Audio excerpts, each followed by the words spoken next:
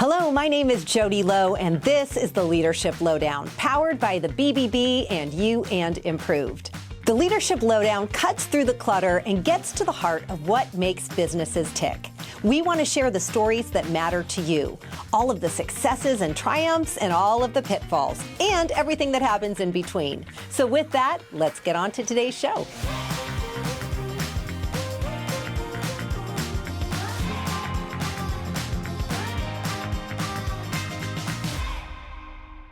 Today, I am so excited because I am sitting across from one of my favorite people, my dear friends, Mr. Dave Burns of Burns Pest Elimination. So thank you for being with us today. Oh, well, it's my pleasure. How could I turn down an offer from Jody Lowe? Oh, you're too kind, my friend. You are too kind. Well, we've known each other for, I don't even know how long, but a long time. Had many paths crossed throughout our journey over the past decade or so. And I thought it would be just so exciting and interesting for our listeners to hear about you and your story, because I talk about a local homegrown success story about a family business. So tell us a little bit about Dave Burns and how you got started in the wild world of bugs. Oh, wow. So it started in the 80s. Mm-hmm. So I am going to date myself. That's okay.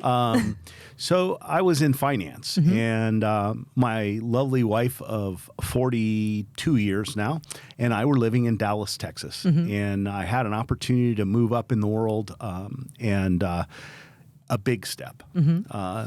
Potential CEO of a very large corporation. And I had the privilege or fear of having to tell my mom and dad, who lived in Phoenix, that I was leaving and moving further east. Mm. And when I did that, my dad said, yeah, no, that won't work. Mm. I'm like, well, I'm an adult now. I can do that. And he said, no, you need to come back to Phoenix. And I said, well, there really isn't anything in Phoenix for me. This is where we're moving, and this is what we're doing. And he said, well, Dave, I have an offer for you. Why don't you come back and be a partner with me, and I will trade my real estate commission for a pest control company. Mm. And I'm pest control, like the dude that kills bugs and that. And he says, exactly. I said, well, I don't know anything about that. I just only know finance. And he goes, but you're one of the smartest people I know, and you can make this happen. Mm. And I said, yeah, right, Dad. Thank you. Appreciate it. I said, so, what is this thing? And he said, well, it's got a truck and 43 customers. Wow. I said 43 at, at that time, $20 a month. Dad, that's not near enough money. He said, but again, Dave, you can do this. And so I said, yeah, I'll think about it. And that night, Linda and I were laying there, and I got the nudge. Yeah. And she said, what do you think about your dad's offer? And I said, that's not an offer, honey. That's not, mm-hmm. We couldn't live on that. Mm-hmm. She said, I'll get a job. Mm-hmm. I don't want to raise a family by myself. Wow. I said, you would never have to do that. We're a team. Mm-hmm. Dave and Linda, the Dave and Linda show. And she said, no, you, my friend, are a workaholic. And you will work 7 days a week, 20 hours a day, because that's you. Mm. And I love you for that, because you are a person that gives and provides. Mm-hmm. I would have to raise a family myself. Mm-hmm. And I went, I hate it when she's right. 1983, we moved back to Phoenix. We started Burns Pest Elimination with one truck and 43 customers. Wow. That is just wild. And I love the history, and I love the story, because, you talk about, and especially listeners today, whether they're just starting their businesses or, have been doing this a while or maybe a long, long time, to hear a success story of someone who really, really started at the ground and built it up. So you've had 40 plus years of building this company. I know that is now being sort of in the capable hands of both your son and your nephew, whom I adore, as you know, and in very strong and capable hands. When you look at, though, the 40 years and so that you've been doing this, what would you say to our listeners that has been some of the most pivotal moments or lessons that you learned along the way? I'm sure there's many, but... Yeah. So, I think I think two things. One, you have to have a motivator. You have to be motivated by something, Okay. whatever that might be. For me, it was my mom and dad. Okay. Again, my wife cloned me as the provider, and I really do that. And so the thing that scared me the most about business would be a failure where I had to go tell my mom and dad, you have to go get a job. And so that was my driver for many, many of those early years is, hey, you know, I have to provide. I got to provide for a mom and a dad and a wife and at that time a young child. And so that one thing is kind of what motivated me every day to go to work and work harder and harder and harder. Yeah. The second thing is I was very lucky in the fact that my dad saw the vision of a family business. Now, we've always had family businesses growing up. We manufactured boats and we've done a lot of different things together as a family, but we never really had the family legacy business. Right. And so that's what Burns was built to be. And to see that actually come to fruition, to be able to watch my son grow up, played 10 years professional baseball, retired from baseball, and now he's a part of Burns and the legacy of Burns and running day-to-day operations. My nephew grew up, finished school, and went on the professional motocross racing circuit. Yeah. So he raced the Monster Energy Supercross for many, many years until he got hurt. Then he, too, came into the family business. So I've watched both of them grow up these last 8 or 10 years. And now I have a niece who's involved in the family business. So to watch that legacy develop, that's really the icing on the cake. Yeah, what does that feel like? Because I you know, it's unique. Not many people have that. So from your vantage point today, and now, you know, you're involved, yet you're sort of looking over your shoulder a bit as you're you know, I don't want to say walking out, but you know, you're not in the throes of the day-to-day decision making like you were. So what does that feel like? It was interesting because one of the things I did is I went to the boys and I said, look, I can't be not involved. Right. I can't. I'm not wired that You're like, way. have we met? I'm your dad and uncle. You know this about me. I'm not wired that way. I've got to be. I got to be a guy. Yeah. And you know, so they really talked to me and my brother, and we talked a little bit about, you know, what that might look like. Yeah. And one of the roles they gave me was, they call it regional development. So now I have a couple of people that work directly for me, and I get to spend most of my time traveling around and developing new markets. Love that. And so it allows me to go out and my team, and we develop new markets, and then we get it to a certain size, and then we hand it back to the team in Phoenix, and then they take care of it from there on. So love it. It gives me something to do without a real demand on my time. Yeah, well, and it's probably, you know, and obviously working so closely with you all, I know that it gives the wisdom, the history, all of that at their fingertips, yet it also allows you the freedom and flexibility to live your, retirement years, if you will, but still also have a pulse on what's going on and being engaged and keeping you in it. Yeah, except, you know, when I walk into the executive meetings now each week, I still get to go. They have a little sign in front of me that says, "Been there, done that." and so yeah, that really is my role, is to not get in the way of progress, but to share history about, hey, we tried that, and maybe here's what the failure points were, or the tough points, or the things that maybe didn't work as well as we like to, and so, you know, they will take that information and rebuild the process into something that's workable and actually even better than the thought process originally. Love that. Love that. And so when you look at, you know, you've got an unbelievable company with amazing people. When you look at the culture of the company and how it's evolved over the past however long, you know, obviously there's an evolution constantly. We can't create a culture. We can only evolve it. Yeah. What are some of the key points that you think have driven it to be what it is today? Well, I think there was one key turning point. When the boys came into the business, the first thing we made them do is start from the bottom and learn the business. I don't believe you can run a business, not at least not a family business, without understanding the dynamics from start to finish. Sure. I think it's very, very important. And so as they were learning that, the next step was, how do you become the best person you can be? Yeah.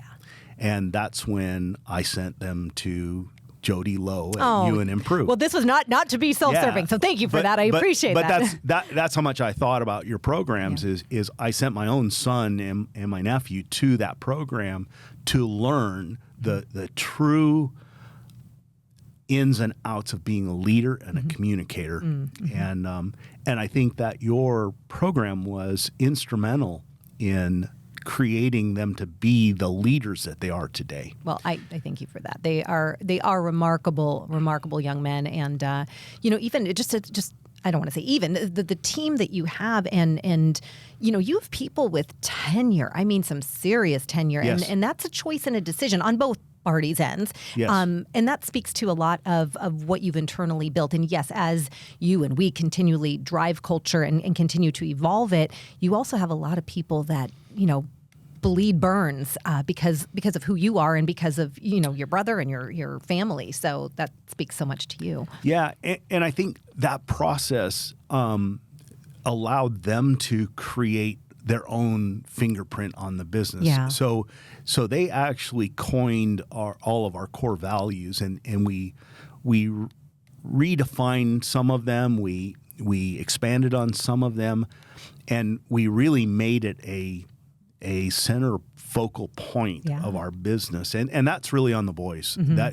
I'm more old school, where you really don't need me to tell you I love you. I love you. Right. Just I don't have to say it. Where they're in the whole mode of you just have a freedom of saying what you want to say, and all feedback is good feedback type model.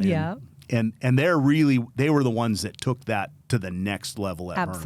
Absolutely. And making sure that core values, as we talked about, they don't just live on a wall. They're not just words that people walk by, but they embody them, and they know that their decision making is based on those. And watching that evolve over the past, 4 or 5 years now has been remarkable. And they embody it. You're absolutely right. Yeah. So that's the culture you built. And with having a lot of employees, several hundred employees, we constantly have a new group coming in. We're constantly growing and expanding, so we're always bringing in new people. Well, we tend to bring in younger and younger people, and so we really have had to take a shift in our cultural perspectives, and kind of rebuild them towards a younger audience.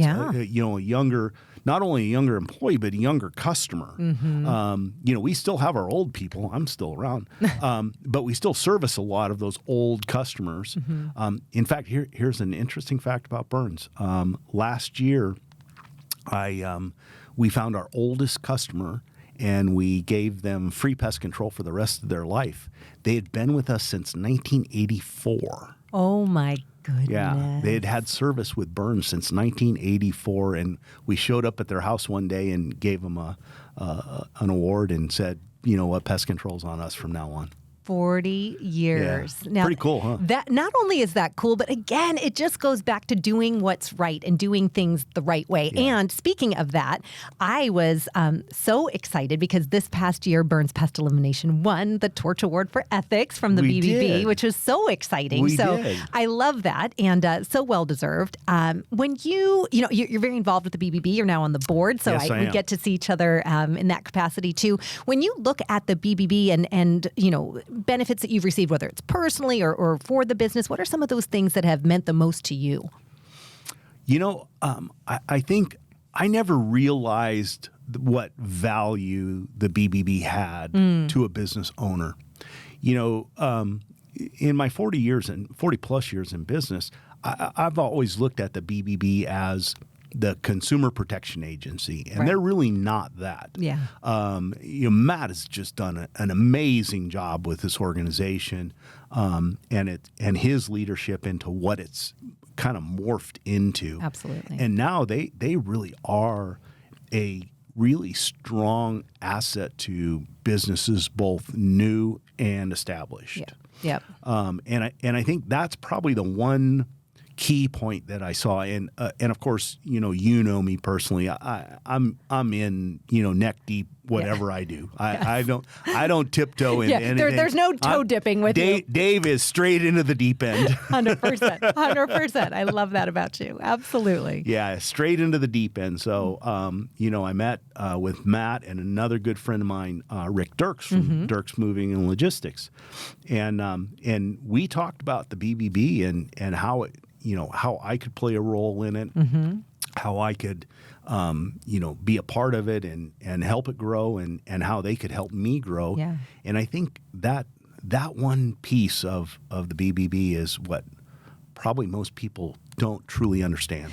100%. And I remember those early lunches, and it's interesting because I think, one of my biggest goals is to share all that the BBB does have to offer, because so many accredited businesses don't even know the depth and breadth, and then so many businesses don't even know about what's at their fingertips if they only saw it. So I appreciate you sharing that, because I know that's been big for you. So take this podcast series alone, the value that someone could get either newer in business or somebody, maybe there's another business out there that's trying to run down the legacy track and they need help.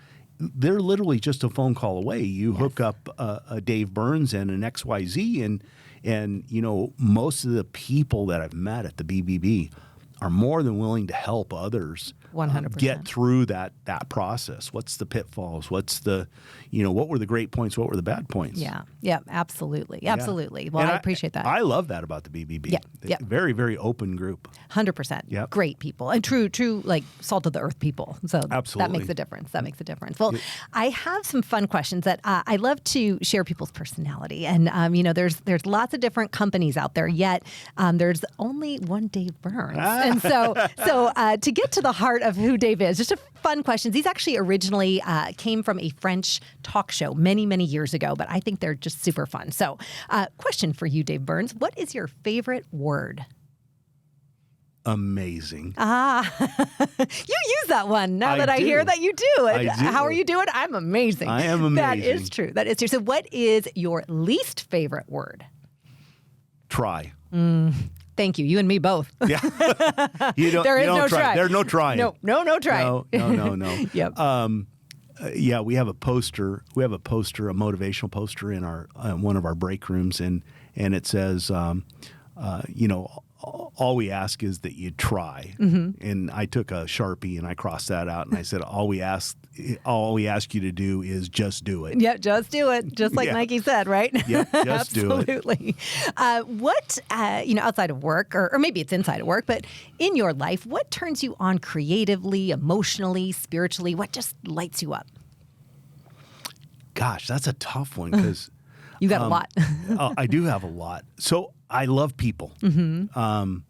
So anything that I can do around people. So some of the organizations and groups I'm involved with, I just really like people. Yeah. And the second thing is I'm a speed freak. Yeah. I love to go fast in anything and everything. Yep. So speedboats and I've been 180 miles an hour in a boat. I've been 230 miles an hour in a race car. I just love to go fast. The need for speed. Airplanes, all of that. I just love to go fast. Yep. And that thrill is something that I never get out of my system. I love that. That's amazing. And it's also, I think, paralleled in your business too, because if, like you said, if you're in it, you're in it. If it's go fast, go hard, let's run. Yeah, that's it. There's no walking in my world. I think you came running out of the womb. Yeah, I must have. I need to check this. My mom went. I need to check this. I need to check this data. Yep. I love it. So what turns you off? Idle time. Oh, okay. Yeah, I don't do idle time well. So I actually, my wife and I, Linda, and I just got back from vacation, and we went to New Zealand and Australia. Yes. And I was gone for almost 14 days. That is the longest I've ever been away from the business in 41 years. Wow. Was that hard? That was hard. No, it wasn't as hard, but it was uncomfortable. Because my daily routine of, hey, what's going on? Where are we at? What's, who's doing what? Was very interrupted due to time changes and that type of thing. So, idle time and I don't get along well. That's interesting. Well, it's funny, just on this topic. So I'm soon to be an empty nester. So new phase of life, right? And they're done that. And you are in a phase where, you're in your business, but you're not in it like you were. So what's that feeling like? Does it feel exciting? Does it feel scary? Because it's out of our comfort zones, both situations. So what is that feeling like for you?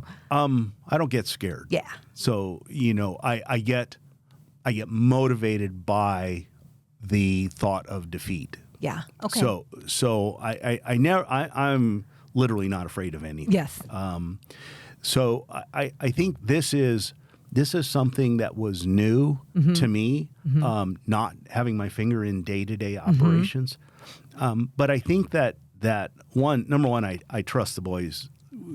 Implicitly. They're amazing. They really are amazing. They're amazing adults. But I had a plan. I had something to do. I think if I didn't have that would have been hard. That would have been a very uncomfortable situation for me. Yeah. And I may not have been as successful with the legacy role that I play now. Yeah, interesting. So for other folks, just while we're on this topic, because I think it's so important, because there's other folks that are in that same portion or piece of their business. Is there anything about that you set up for yourself, or that you would recommend others kind of look to do as they're maybe getting ready to exit or transition out of their business? The whole financial side of it is it's a tough thing. You have to figure out how you're going to take care of the finance side of it. Yep. You have to figure out roles and responsibilities, especially like in our situation. We've got multiple Burnses in the in the mix, so you've got to as the eldest one. I'm the oldest son. You really have to figure out that role and responsibility thing. Yeah. So that you set them up for success. The other big piece is letting them build their own, their own look, and with that, allowing the other key employees in the company to respect them for what they are, not for what their name is. That's big. It's huge. That's big. And so I think I accomplished that very well by, number one, making sure that they knew the business inside and out from soup to nuts. Yeah. You've got to know service. You've got to know operations. You've got to know advertising. You've got to know quality control. You've got to know all purchasing. You've got to know all those pieces. Because you can't really gain respect unless you know how to do that or have proved you can do that. Absolutely. Yeah. So I think that was key. And then allowing the boys, in this case, to take control. Yeah. That was hard as well as strategic. Our executive team needed to understand that they were coming in. Yeah. That's a given.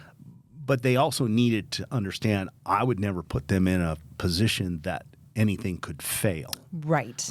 I mean, their failures, there were many, but they were all reboundable. We rebounded from them as a better person, as a better group. Absolutely. Well, and you're putting them and entrusting them in very capable hands. It wasn't on a whim. It wasn't with all of the coaching guidance, everything that you've put into play in order for ultimate success of the organization, which is key. The average tenure on my executive team is 15 years with the company. I've got people at 30 years, and I think the lowest tenure person on our team is 10 or 11. So, we're 15, 18 years average tenure. So those people, those great people looked at to the boys as first, we'll bring you along, we'll teach you, and then they realized, hey, these guys really have some tools. Yes. And then they started looking at them going, you know what, we can learn as much as we teach. And so that cohesion between my team just skyrocketed. Yeah, it really is so collaborative. And everyone's willing to learn from everyone and puts the egos aside and the age and the tenure, and it's like, how do we all grow together, which is unique and obviously foundationally what you've helped create. So that's a beautiful thing. So another question for you, what sound or noise do you love? Race car engines. How did I know it was going to be something to do with speed? I knew it. I knew it. I love it. I love the sound of a race car engine. Oh, my goodness. So what sound or noise do you hate? Whiny ass people. I believe I've heard that on another podcast episode we recorded recently. That seems to be a big one among business leaders. I mean, it's real. Yeah. Man, people succeed and people fail all the time. That's life. And you have a choice. Yeah. Every day you get up and you have a choice. You can make it a great day or you can make it a horrible day. That's your choice. Yeah. Anybody that chooses not to make the best of their day, I don't understand. Yeah. I couldn't go through life not knowing that I have something within my control, within my grasp. By gosh, let's make it the best we can make it. Absolutely. Even if it's the worst day possible, let's make it the best we can make it. Turn it into whatever we can, the best we can. Absolutely. Because here's the one thing about today. It will end and tomorrow will come. Yep. The sun goes down, the sun comes up. That's the only guarantee. Yep. For sure. So when you look back now on your life and career, if you had a different profession that you could dive into, what would it be? I think I would probably be a lawyer, believe it or not. Really? Yeah. Oh, I thought it was something for sure, professional athlete or something with race cars or something. No, I'd probably be a lawyer. Lawyer. Yeah. Interesting. Okay. Yeah. Something about law that I love law, and I like having things. I like to negotiate my point. Okay. I believe. You are good at that. I'm really good at negotiating my point. Got it. So that sounds interesting. And so it would just be like in my wheelhouse. Yeah, I can see that. I don't know enough about law to say I would be a good lawyer, but I really like the practice of law, and it just always intrigues me. Interesting. Yeah. So what profession would you never want to attempt? A doctor. Not my gig. Not your gig. Nope. Blood and guts and all of that, or that's a hard no. Yeah, I'm with you. I couldn't do it, and I respect them. Oh man, couldn't do it. The trauma nurses and those people that are in that profession, ma'am, hats off. Yeah, hats off. You guys are amazing people. 100%. Not Dave. Not Dave Burns. Nope. Or Jody Lowe. I'm with you on that. And final kind of fun question for you with this. If God exists, what would you love to hear he or she say when you arrive at the pearly gates? You are a good person. Yeah. I have no doubt that will be something that you hear many, many, many, many years down the road. But I'm certain of that, my friend. Yeah. The whole giving back thing is important to me. I'm a lucky man. I've been blessed beyond blessings. And so I hope that this final chapter in my life, I'm able to give a whole lot more than I take. And, that kind of, something people don't know about me. I too have been through all of the Jody Lowe classes. And the last program I did, it finally hit me that I have a purpose in life, and it's to give, not to get. And so I don't really need to get a lot more. Yeah. I need to give a lot more. I love that. I love that about you.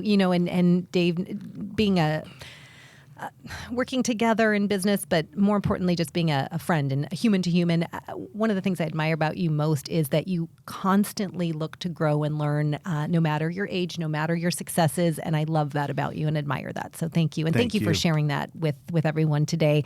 Final question for you. This is the Leadership Lowdown. So give us the lowdown. What is one tip that our listeners can gain from you from your vast knowledge in 40 years? What's one tip you'd leave them with? God gave you 2 ears, 1 mouth. Listen twice as much as you talk. I love it. I love it. I believe we have that on the back of a T-shirt at You and Improved, actually. Yes, use them in proportion. Yeah, exactly. Listen. I think if you kind of examine the most successful people in the world today, they have a canny ability to listen to what other people are saying. Yeah. And then the response is according. You can be rich, you can be poor, you can be, the CEO of a big company, or you can be the dad that goes out and works every day for his family's success. You can be any of those things and still make people feel good about themselves and about what you do. Mm-hmm. So, yeah, I think that's really it. Just listen. I love it. Great tip. Great tip. Well, with that, thank you so much. I appreciate you being here. I know that anyone and everyone listening feels the same way. So thank you for sharing your journey and a little bit more about you and your background. With that, until next time, this has been the Leadership Lowdown with your host, Jody Lowe. Thank you for joining us. And remember, leaders are learners, so stay curious and keep leading with love. Thank you so much, my friend. Thank you.